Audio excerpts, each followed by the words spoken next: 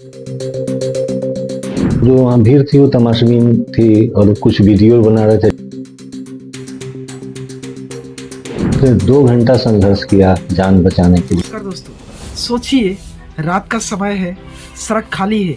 अब एक पढ़े लिखे इंजीनियर रोज की तरह घर लौटते रहे और अचानक एक पल में आपकी कार गायब हो जाती है। कोई एक्सीडेंट नहीं दिखता, कोई ट्रक नहीं टकराता और कोई ब्रेक भी फेल नहीं होता, लेकिन फिर भी कुछ ही मिनटों में आपकी मौत हो जाती है। नोएडा जैसे मॉडर्न शहर में जैसे हर तरफ डेवलपमेंट की बात होती है और वहाँ पर एक इंजीनियर की जान कैसे इतनी सस्ती हो गई।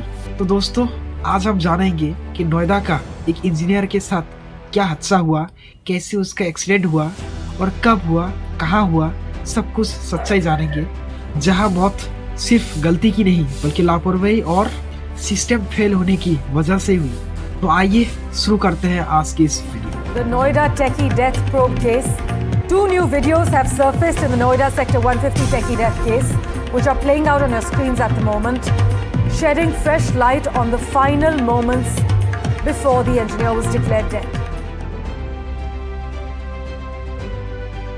ये घटना जहां नोएडा के एक छोटे एरिया में हुआ, जहां रात के समय था और घटना बहुत गहरा था और एक युवा इंजीनियर जो प्राइवेट कंपनी में काम कर रहा था और वो काम छुट्टी करके वो वापस डेली की तरह घर लौटते रहा था। लेकिन अचानक जिस सड़क से गुजर रहा था और उसी सड़क के किनारे में बहुत बड़ा गड्ढा था और उसी गड्ढे में कंस्ट्रक्शन के काम चल रहा था और सड़क के किनारे एक बहुत बड़ा गड्ढा था जो पानी से गहरा भरा हुआ था। लेकिन सबसे बड़ी बात वही थी कि कोई वार्निंग बोर्ड नहीं थी, कोई बैरिकेड नहीं था और जहाँ पर कंस्ट्रक्शन की काम चल रही थी वहाँ पर ठीक से रोशनी नहीं दिखाई दे रही थी और सड़क बिल्कुल नॉर्मल की जैसा दिखाई देती थी और उस कोहरे की वजह से इंजीनियर को साफ साफ रास्ता को दिखाई नहीं दे रहा था और उसी रास्ते से डायरेक्ट सीधा जाके पानी में कूद गया और वो कार धीरे धीरे डूबने लगे और थोड़ा थोड़ा करके पानी के नीचे जाने लगे। लेकिन उस युवराज इंजीनियर ने बहुत हिम्मत दिखाई, हिम्मत नहीं हारी और वो कार के जो ऊपर छत होता है और उसी छत से वो बाहर निकलकर मोबाइल के फ्लैश ऑन करके चारों तरफ दिखाए और गाड़ी, उसका जो गाड़ी था वो गाड़ी थोड़ा थोड़ा करके डूबने लगे और वो बहुत कोशिश की, उनका पेरेंट्स को कॉल किया, उनका पुलिस रेस्क्यू को कॉल किया, बोटमैन को कॉल किया, सब लोगों को कॉल किया, लेकिन कोई भी उसका थोड़ा हेल्प भी नहीं किया। लेकिन वो जिद्दा था, वो मदद मांग रहा था। लेकिन असली प्रॉब्लम यही थी कि चारों तरफ बहुत बड़ा गड्ढा था, गहरा कुआं था और बहुत पुलिस फोर्स और उनके पेरेंट्स भी वहाँ प्रेजेंट था, फिर भी वो आगे नहीं बढ़ा। लेकिन पुलिस, फायर ब्रिगेड और रेस्क्यू टीम बहुत उस मौके पर पहुंची, लेकिन उसको बचा नहीं पाया क्योंकि चारों तरफ अंधेरा था, पानी बहुत ठंड था और इसीलिए कोई साहस नहीं की और बहुत लोग भी उस युवराज इंजीनियर को बचाने के लिए इकट्ठा हो गए।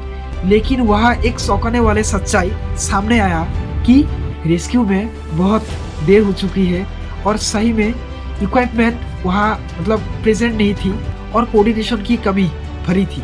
लेकिन वहाँ पर कई लोग थे, लेकिन युवराज इंजीनियर को वो उसको बचाने के लिए किसी का तुरंत इतना क्लियरली प्लान नहीं था कि उसको कैसे बचाना है।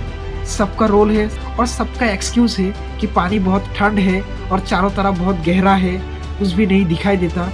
लेकिन वहीं पे जितना भी लोग हैं सब लोग देख रहे थे कि युवराज मेहता ने उनका मोबाइल का फ्लैश ऑन करके 1.5 से 2 घंटा लगभग वेट कर रहा था कि कौन उसको बचाने के लिए जाएगा और किसी रेस्क्यू टीम और बोटमैन और किसी भी पुलिस का कुछ भी पता ही नहीं। समय निकलता चला गया और वही समय उस युवराज इंजीनियर का जान चली गई और लंबे समय तक उस इंजीनियर का मदद ना मिलने से उस इंजीनियर का जान वहीं पे उस कार की एक्सीडेंट में हो जाती है और कार थोड़ा थोड़ा करके डूबने लगे। आखिरकार वो खुद को बचा नहीं पाया और वहीं पे उस बहुत गहरा गड्ढे में उसका मौत हो जाती है और वो बहुत चिल्ला चिल्ला के बोल रहा था कि मुझे तैरना नहीं आता, मुझे बचाओ पापा, मुझे तैरना नहीं आता, ऐसे बोलकर उस कार डूबने लगे।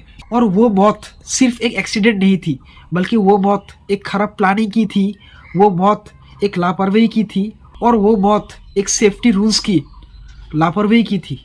और इस घटने के बाद देश भर में सवाल उठे कि अगर उधर उस गहरा गड्ढे में कंस्ट्रक्शन का काम चल रहा था तो उधर ऐसे क्यों छोड़ा गया। अगर उधर बहुत गहरा गड्ढा है तो उधर कुछ नोटिस या कुछ पोस्टर्स क्यों नहीं लगाया। और अगर उस अंधेरी रात में कुछ नहीं दिखता, नॉर्मल रात की जैसा नॉर्मल रोड दिखता, तो उधर लाइट क्यों नहीं लगाया। ये कुछ सवाल देश भर में उठने लगे। और अगर रेस्क्यू दिया गया तो रेस्क्यू इतना स्लो क्यों हुआ।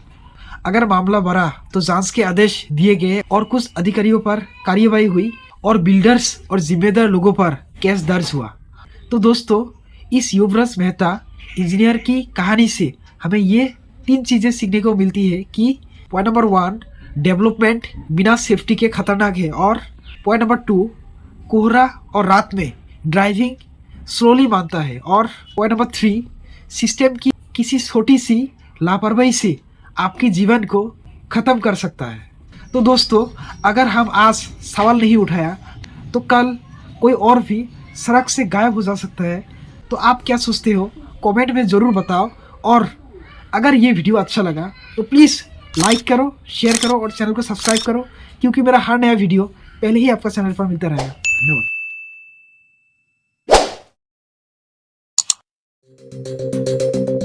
जो वहाँ भीड़ थी वो तमाशबीन थी और कुछ वीडियो बना रहे थे।